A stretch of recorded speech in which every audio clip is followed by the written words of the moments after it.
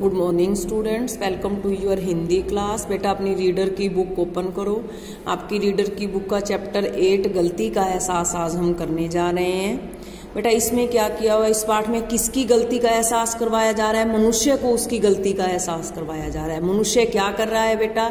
अपने लिए अधिक से अधिक सुख सुविधाओं के साधन को जुटा रहा है। इससे क्या हो रहा है बेटा? हमारा पर्यावरण प्रदूषित हो रहा है। मनुष्य क्या कर रहा है? अपने रहने के लिए, घर बनाने के लिए, फैक्ट्रियां लगाने के लिए क्या कर रहा है? पेड़ पौधों को लगातार निरंतर काटता जा रहा है, जिससे हमारा पर्यावरण क्या हो रहा है? प्रदूषित हो रही है। बड़ी बड़ी फैक्ट्रियां लग रही हैं जिसके चिमनियों से धुआं निकलता है, उससे भी पर्यावरण क्या हो रहा है? प्रदूषित हो रहा है। इस पाठ में हमें समझाया है कि हमें प्रकृति का संरक्षण करना चाहिए। प्रकृति के संरक्षण के लिए अधिक से अधिक पेड़ पौधे लगाने चाहिए। पेड़ पौधों के बिना हमारा जीवन संभव नहीं है। क्यों नहीं है? क्योंकि पेड़ पौधे हमें ऑक्सीजन देते हैं, कार्बन डाइऑक्साइड गैस को सोख लेते हैं, और ऑक्सीजन हमारे जीवन के लिए क्या है? बहुत जरूरी है। बेटा इस पाठ में एक स्टोरी, कहानी बताई गई है। अब हम वो कहानी रीड करने जा रहे हैं। एक बार अचरज नगर के बीचों बीच एक बड़ा सा टीला था। किसी नगर की बात कर रहे हैं, अचरज नगर की। कहते एक बड़ा सा क्या था? टीला। टीला क्या होता है बेटा? मिट्टी का या रेत का एक ऊंचा सा ढेर होता है। सब पक्षी उसी टीले की ओर जा रहे थे। कहते जो पक्षी थे सभी उस टीले की ओर जा रहे थे। पक्षियों की सभा में क्या होता है बेटा? बैठक होने वाली थी। यह सभा पक्षियों के राजा राजहंस ने बुलाई थी। कहते पक्षियों का राजा था राजहंस, उसने एक सभा बुलाई थी, मीटिंग बुलाई थी। सभी पक्षी वो मीटिंग में जा रहे थे। सभा में उसने अपने मित्र हाथी को भी बुलाया था। राजहंस का एक मित्र था हाथी, उसको भी बुलाया गया था। हाथी जंगल में सबसे बड़ा और समझदार क्या होता है बेटा? अक्लमंद पशु था। सभी पक्षी आ गए तो सभा शुरू हो गई। राजहंस के इशारे पर कबूतर ने कहना शुरू किया। राजहंस पक्षियों के राजा ने इशारा किया और कबूतर ने अपनी बात रखनी शुरू कर दी। कबूतर क्या कह रहा है? मित्रों, हम पक्षियों पर एक बहुत बड़ी मुसीबत आ गई है। मुसीबत क्या आ गया बेटा? संकट आ गया है।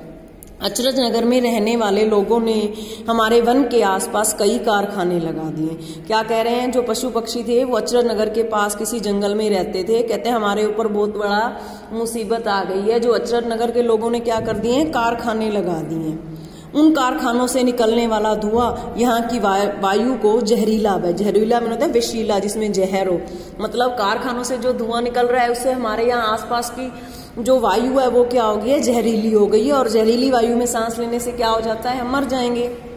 इतना ही नहीं, अचरज नगर में चलने वाली ढेर सारी गाड़ियों से हमारा हर समय जहरीला धुआं निकलता रहता है। फिर क्या कहते हैं? शहर में लोग रहते हैं, गाड़ियां चलाते हैं, साधन चलाते हैं, उससे भी धुआं होता रहता है और वायु क्या हो जाती है? प्रदूषित हो जाती है। इसी कारण अब इतनी दूषित वायु हो गई है कि हम पक्षियों का यहाँ रहना कठिन हो गया है। कबूतर बता रहा है कि कहते हैं इतनी मतलब वायु प्रदूषित हो गई, इतना ज्यादा प्रदूषण हो गया है कि सांस लेना भी क्या हो गया है? मुश्किल हो गया है। सबको मिलकर इस मुसीबत से निपटने का उपाय मीन क्या होता है? हल मीन तरीका। तो वो सब कहते हैं आज हमने मीटिंग इसलिए बुलाई है कि हम सब बैठकर इस मुसीबत का क्या करते हैं? हल ढूंढते हैं। देखते हैं पक्षी क्या हल ढूंढ रहे हैं। क्यों ना हम किसी और वन में जाकर रहें? तोते ने सुझाव दिया। सुझाव में होते अपनी राय देना, परामर्श देना कि हम किसी और वन में जाकर रहते हैं। तभी कौवे ने कहा कि हम सदियों से इस वन में रह रहे हैं, फिर हम अपने अपने घर छोड़कर क्यों जाएं? बात उलझती ही जा रही थी। सभी अपने अपने विचार रख रहे थे। मीटिंग में जो भी लोग आए थे सब अपने विचार रख रहे हैं। तोता कहता है कि हम इस वन को छोड़कर चले जाते हैं, लेकिन दूसरे पक्षी कहते हैं कि हम नहीं छोड़ के जाते, हम तो बरसों से, हमेशा, सदियों से यहीं रह रहे हैं, हम क्यों जाएं? तब हंस ने के कहने पर हाथी ने कहा, भाइयों मुझे लगता है कि हमें कोई ऐसा उपाय ढूंढना होगा जिससे इंसानों को अपनी गलती का एहसास हो जाए। ये इंसान ही हैं जो ज्यादा से ज्यादा क्या कर रहे हैं बेटा? वातावरण को प्रदूषित कर रहे हैं। गाड़ियां चलाकर, कारखाने लगाकर, पेड़ पौधों को काटकर। तभी ये वायु प्रदूषण को कम करने के लिए कुछ कदम उठाएंगे। कहते हैं हमें इंसानों को क्या है? मनुष्य को उसकी गलती का एहसास करवाना है ताकि वो वायु प्रदूषण को कम करने के लिए कोई उपाय करे। नहीं तो हम यहाँ रहें या कहीं और, इससे कोई फर्क नहीं पड़ता। ऐसा इस बात का ये हल नहीं है कि हम इस जगह को छोड़कर किसी और जगह पर चले जाएं, तो वहां पर भी ऐसा ही हो जाए थोड़े टाइम बाद। हाथी की भारी भरकम आवाज सुनकर सभा में सन्नाटा क्या होता है बेटा? खामोशी छा गई, चुप्पी छा गई। हम पर हम ऐसा क्या कर सकते हैं जिससे इंसानों को पता चले कि वे गलती कर रहे हैं, तोते ने पूछा। फिर तोता पूछने लगा कि आपने कह तो दिया कि हम इंसानों को उनकी गलती का एहसास करवाएं, पर करवाएं कैसे, जिससे इंसान, हम ऐसा क्या करें जिससे इंसानों को अपनी गलती का एहसास हो जाए। एक इस पर एकांत मीन होता है बेटा शांत, ऐसा स्थान जिस पर कोई ना हो, एकांत में रहने वाले, अलग सा, ऐसे स्थान पर रहने वाले जहां पर कोई ना हो, रहने वाले उल्लू ने बादलों के पास जाने का सुझाव दिया। तो उल्लू बोला, जो एकांत स्थान पर रह रहा था, ऐसा स्थान जहां पर कोई और दूसरा ना हो, उसने कहता कि हम बादलों के पास चलते हैं। उल्लू एक पहाड़ी गुफा में रहता था और बुद्धिमान पक्षी था। बुद्धिमान में अक्लमंद, चतुर, पहाड़ी गुफा में रहता था और चतुर पक्षी था। बादल कहाँ मिलेंगे, यहाँ तो बिल्कुल साफ है, कौवे ने कहा भी आसमान तो बिल्कुल साफ है, बादल कहीं नजर ही नहीं आ रहे, तो हम उन्हें मिलने कहाँ जाएंगे। इस समय सारे बादल हिमालय की ओर जा रहे हैं, राजहंस को हिमालय जाना पड़ेगा। तो उल्लू बोलता है कि इस समय सारे बादल हिमालय की ओर गए हुए हैं, तो राजहंस को हिमालय जाना पड़ेगा, यानी हमारा जो पक्षियों का राजा है उसे बादलों से मिलने के लिए हिमालय जाना पड़ेगा, वहीं बादलों से हमारी बात हो पाएगी। उल्लू ने कहा जब हम वहां पहुंचेंगे तब वहां पर हमारी क्या होगी, उनसे बात होगी।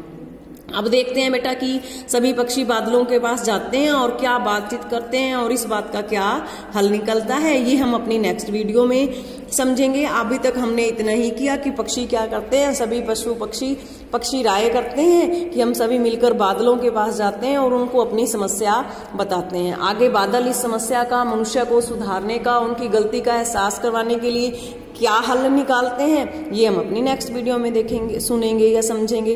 देखो बेटा कितनी अच्छी स्टोरी है, आपने वीडियो को भी ध्यान से सुनना है और फिर इस चैप्टर को भी बहुत ध्यान से रीड करना है, और इसमें जो आपको क्वेश्चन आंसर दूंगी वो भी आपने करके मेरे पास भेजने हैं। ओके बेटा, थैंक यू।